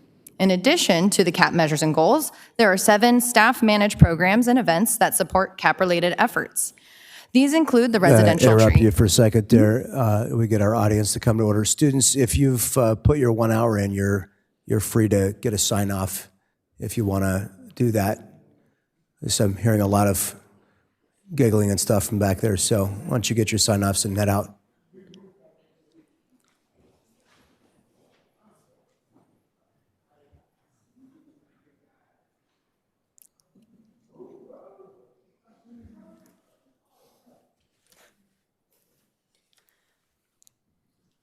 Thank you very much. Of course. These programs include the residential tree giveaway program, the AshCam program, Green Business Network, e-bike safety training and rebate program, and community events like Earth Month and Cyclovia. Finally, the city has received 9 grants for projects that also support CAP-related efforts, including urban forestry and tree planting, organics and waste reduction, sustainable transportation planning, pedestrian and bicycle safety improvements, electric vehicle charging infrastructure, and integrated pest management. A full review and analysis of each measure can be found in the agenda report, but I wanted to take a moment to highlight the progress made in 2025. This year, with the completion of the Civic Center Solar Carport Project, Measure E2, with the goal of installing 400 kilowatt of new behind-the-meter photovoltaic systems at city facilities by 2030, has been completed. The Solar Carport Project is a 621 kilowatt behind-the-meter system and has significantly reduced the Civic Center's energy costs and surpassing our 2021 CAP measure goal. What is the Civic Center solar or electric consumption? The Megawatts do we use in a year? I can get it in the agenda report if you need it right now. No, I don't need it right now. That's fine. I didn't know if you know off the top of your head.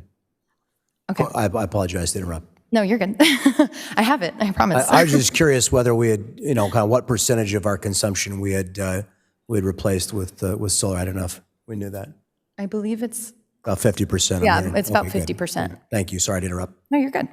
Happy to answer questions. While only 3 of the goals are complete as of the end of 2025, several are on track to be completed prior to 2030. This includes T2, to increase electric vehicle charging stations at public facilities by installing 20 public EV charging stations by 2030. With CIP 8902, this goal will be met and surpassed by mid-2026, as the project is currently installing 62 EV chargers that will provide charging for 102 parking stalls at public facilities across the city. Another benefit of completing this project is the ability to make more progress on Goal E1 to convert the city's fleet to EVs, as a portion of these chargers at Civic Center and Public Works will be reserved for city fleet use. Another highlight is the city's continued focus on tree planting at municipal facilities and in public rights-of-way as part of Measure C1. In 2025, an additional 23 trees were planted in public parks and public rights-of-way, excluding the 38 trees planted here at Civic Center to replace those removed from the carport project. The goal for this measure is to plant 1,300 trees by 2030, and since the publication of the 2021 CAP, 895 trees have been planted. With current and upcoming redevelopment, such as the North Santa Fe Drive project, which plans to plant around 125 new trees along the corridor, the Inland Rail Trail development, and other park developments, this goal is very likely to be met by or prior to 2030.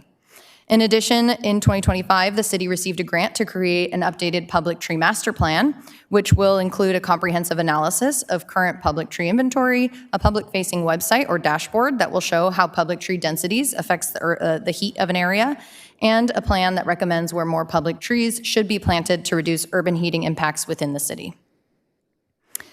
Additional progress that's been made in 2025 related to our CAP goals are purchasing 5 more electric vehicles for our fleet, 80 more EV chargers being installed at multifamily or commercial developments, 2 additional van pools coming in and out of Vista, upgrading approximately 17 miles of bike lanes, continued high participation rate of 95% in renewable energy options from Clean Energy Alliance, and 643 trees being planted in new private developments across the city.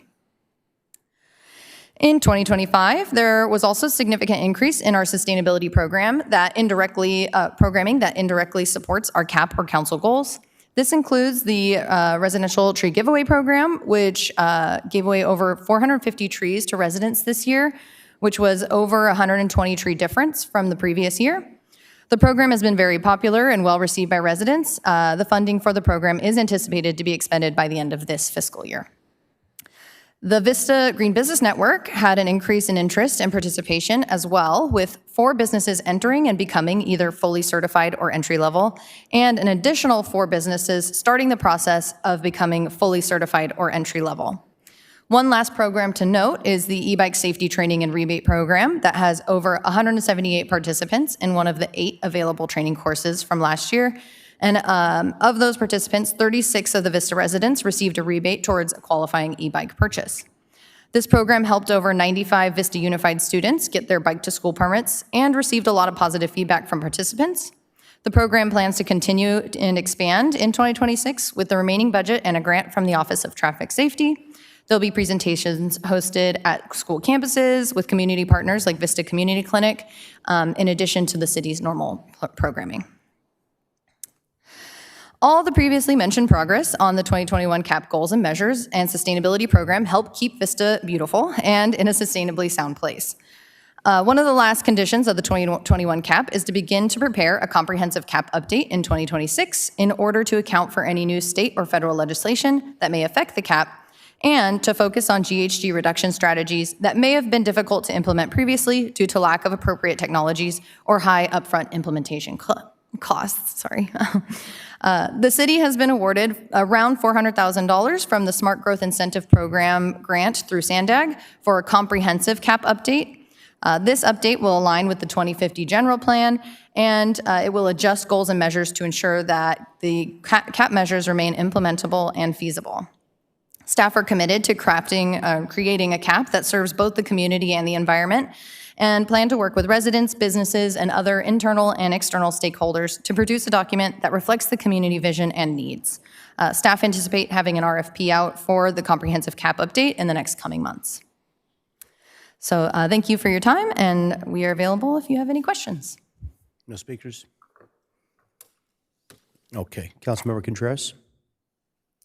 Yeah, I have a question. First of all, amazing work. Thank you. I know it's not easy to track all this stuff and give it to us in a digestible way. Regarding the photovoltaic that we have here at Civic Center, do we have any battery storage here? I don't think we do, right? No, there's no current battery storage, but I do believe the project was wired to potentially have battery storage in the future. Just at the time of the project, it wasn't feasible for our contractor. So that's where I'm just wondering if there's any kind of assessment as to, if we can get above 50%, because I think originally we were looking at maybe 60%.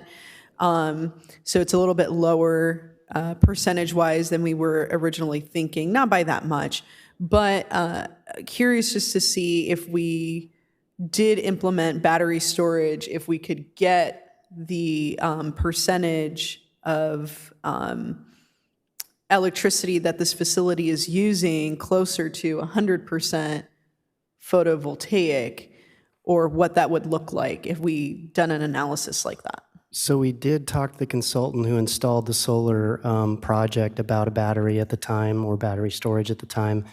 Their indication was that it wouldn't be cost effective at this time because of the time of usage for the building. Primarily it's daytime usage, which we can collect the solar energy directly and use. Battery storage is primarily for nighttime usage when there's not sun coming into the system. So he said if you could get a battery through a grant or some kind of program that's very cost effective, it would make sense to put a battery in and you could have some limited additional savings.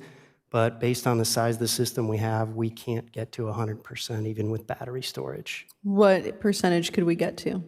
Well, based on what we have in place today, it looks like maybe we could save another 15 to 20% with a battery. So that's what prices of electricity keep going up. So, Sure. So we are still exploring it, but we're really seeking grants or other opportunities to see. Yeah, no, that's fantastic. I think that could just, be an additional point to report back to council as to what if we could increase the efficiency, because, even when, we experience the sun going down earlier, we still have council meetings, right? And it's dark. So I would have to challenge the fact that all of the daytime solar energy is being utilized because the hours of operation of this building and even just understanding when folks aren't here what the electrical use is, I think that we could maybe have a little bit more data points because, I mean, 50%, that's great, but 20% more getting to 70%, what does that look like as a cost savings to the public? And I'm really, would love to have some more efficiency there and even just to explore it. I'm not saying that we need to commit funding to battery storage, but I just think it's important for us to assess that. And then that assessment, I would ask that we do that anywhere that we're putting photovoltaic on any city property. Because if I think about, like fire stations or, eventually in the future, maybe, Jim Porter and stuff like that, I think it would be helpful for the council to have that information. So that's great. I'm curious about, on another topic, mode share counts. I'm seeing a lot more bicycles out there, which I think is great because we've provided an infrastructure to make it safer to bike around. And the adoption of e-bikes continues to grow very strong. So do we have any, or will we be able to have any counts as far as mode share and particularly looking at cycling, bicycle counts? I don't know if we have anything currently on the books. I do know that with the new sustainable transportation plan, Sam would probably be the best person to answer this, but there is likely something along those lines coming down the line with a sustainable transportation plan. Okay, and when do we anticipate that conversation at council? City engineer is not sure timing. I'll have to follow up with you on Okay, that. is that sometime this year? Yeah, the sustainable plan is underway right now. Fantastic. Okay. Awesome. Huge just kudos to our tree planting program. I mean, that's amazing. I definitely would want to continue to fund this. I feel like the benefits that we're receiving with such a small amount of funding is just huge because the best, they say the best time to plant a tree was 10 years ago. The second best time is now. And so as we continue to plant trees and the public is, able to put those on private property, we have outreach to HOAs and commercial and right. So it makes a big difference. And I know folks are really happy to see, even in our public right of way, a lot more trees. So thank you for that. And the only other thing when it comes to like zero waste, do we have any strategies that we've implemented for zero waste citywide? We don't have a zero waste goal currently in our CAP. The goal is a pounds per day diversion rate. But no, we don't currently have any zero waste goals. Yeah, I really think that this is something that the city is missing out on, especially because, what is it? SB 1260. 1383. 1383, thank you. SB 1383 is law. And so, we want to ensure that not only the city is complying with zero waste, but also other entities here in the city. And the more, this potentially, I don't know if it can be linked to the Green Business Program or is. I think there might be a link to it, yeah. But I would like to see us put a little bit more thought into zero waste, especially where zero waste meets food insecurity. Because there's a lot of food insecurity in our community, and it continues to get worse as the economic situation for folks gets worse. So there's a lot of food that goes to waste, and I think that we could utilize that before it becomes methane greenhouse gas emissions, right? So I would definitely want to see that as a discussion coming forward to council so that we can update our CAP and be a little bit more well-rounded in that sense. That's all for me at this time. Thank you. Oh, you are? Okay. Deputy Mayor O'Donnell. Thank you. We'll keep doing that. I know I keep doing it. So, tree giveaway. I just want to highlight it because I know my family has taken advantage of it now 2 years in a row in different homes. You had said that at this year funding would expire. So, and I know that you mentioned, how many trees have we planted with the program so far? With last year and this year, over 700, close And to 800. how much funding do we have left? How many trees do we have left to fund for this year's program? So based off of today and the final invoices that I got, well, I have like one more week of deliveries, but we'll have about $7,000 left in the budget. And we had 75 or 72,000 at the beginning for the 2025 program, and we had 50 for the 2024 So we'll program. be significantly behind as far as funding. So I'd be interested in seeing that brought back because I know it's a very successful program. I plan to utilize it again if it's available, so I really do appreciate it. But I have a lot of neighbors that do use it, so I appreciate that. For battery storage, I think it's a very good topic to bring up. I don't know if we've looked at grants and funding that's there. I don't think there's any more federal tax credits that are going to cities at the moment. Yeah, those have probably either expired or been removed. I can mention that Clean Energy Alliance is launching a Solar Plus program specifically for commercial, and municipalities can take advantage of it, and that should include solar and battery storage. Okay. And we'll be able to, that's launching like this week or next week, so we'll be able to take advantage of that. Is there anything federally that, like from the DOE or the EPA, that is available at the moment? Or I know that they've pretty much sunset all the programs that they had available. Yeah, well, keep up the good work on that, and if we can look into it, I just wanted to second both of those comments. So great work on this presentation, and keep it up. Councilmember Melendez. Well, thank you so much, Cassidy and Joshua, for reporting on this. I'm so grateful that all of our strategies, we're moving forward on them. We have some really great programs.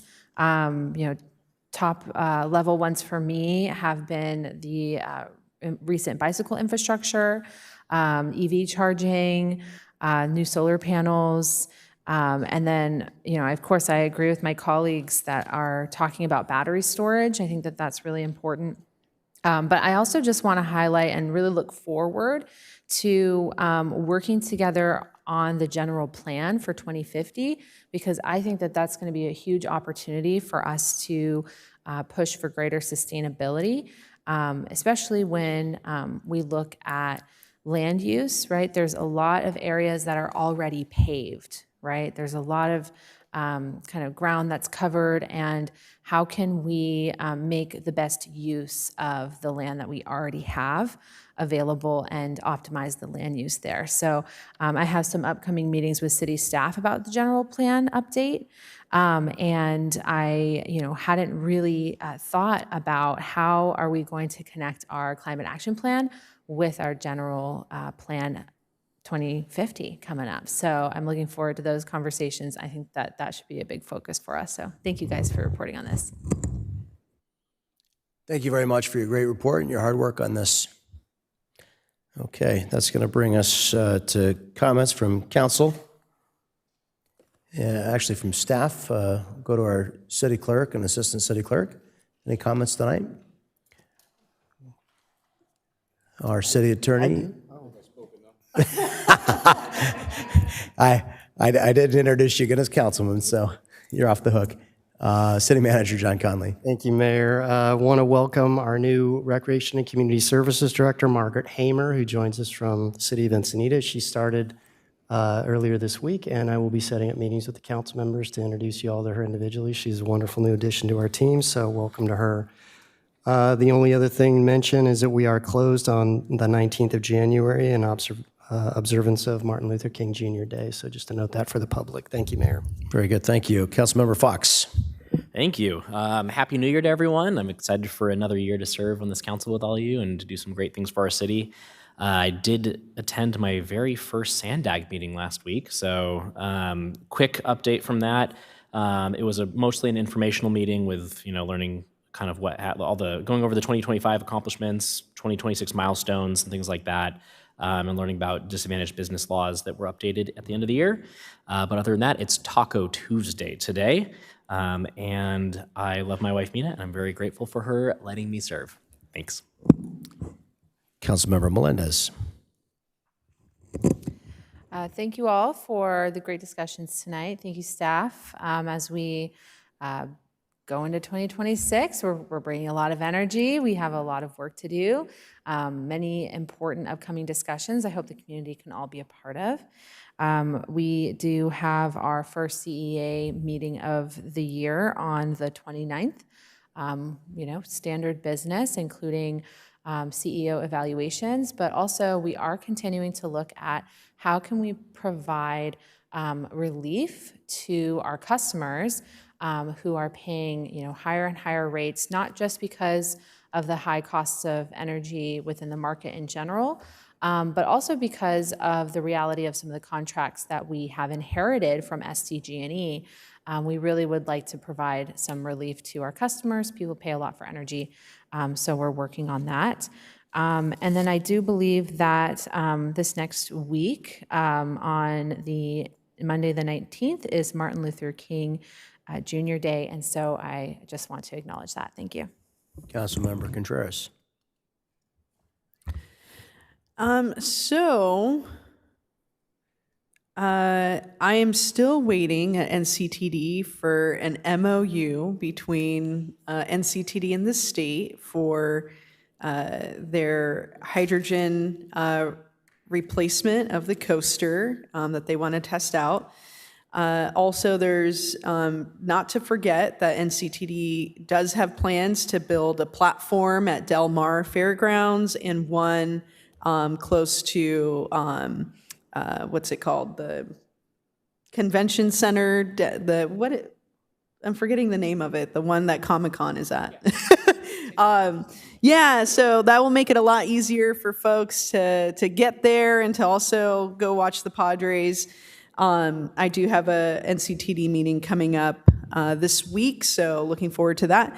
And as always, every Wednesday, Guerreras en Acción por un Vista Limpio, headed by team captain Jovita Serafin. They do a weekly trash pickup in District 1, so if you are looking to volunteer and help clean up the community, that's a great place to donate and dedicate a little bit of time. Other than that, thank you to all my colleagues and staff. Happy New Year. And these discussions are always great to have. Thank you. Deputy Mayor O'Donnell. Yeah, Happy New Year, everybody. Welcome back. This was a good meeting. Just want to give a quick update. Traffic light at Dawson and Melrose. I know there have been some hiccups. We had rain for 2 weeks straight. There was an electrical issue that we had, and there's a lot more that goes into putting in a traffic light than people think. So I know everybody thinks it's taken a long time. It should be done by mid-February, we're hoping, but we are still working on it.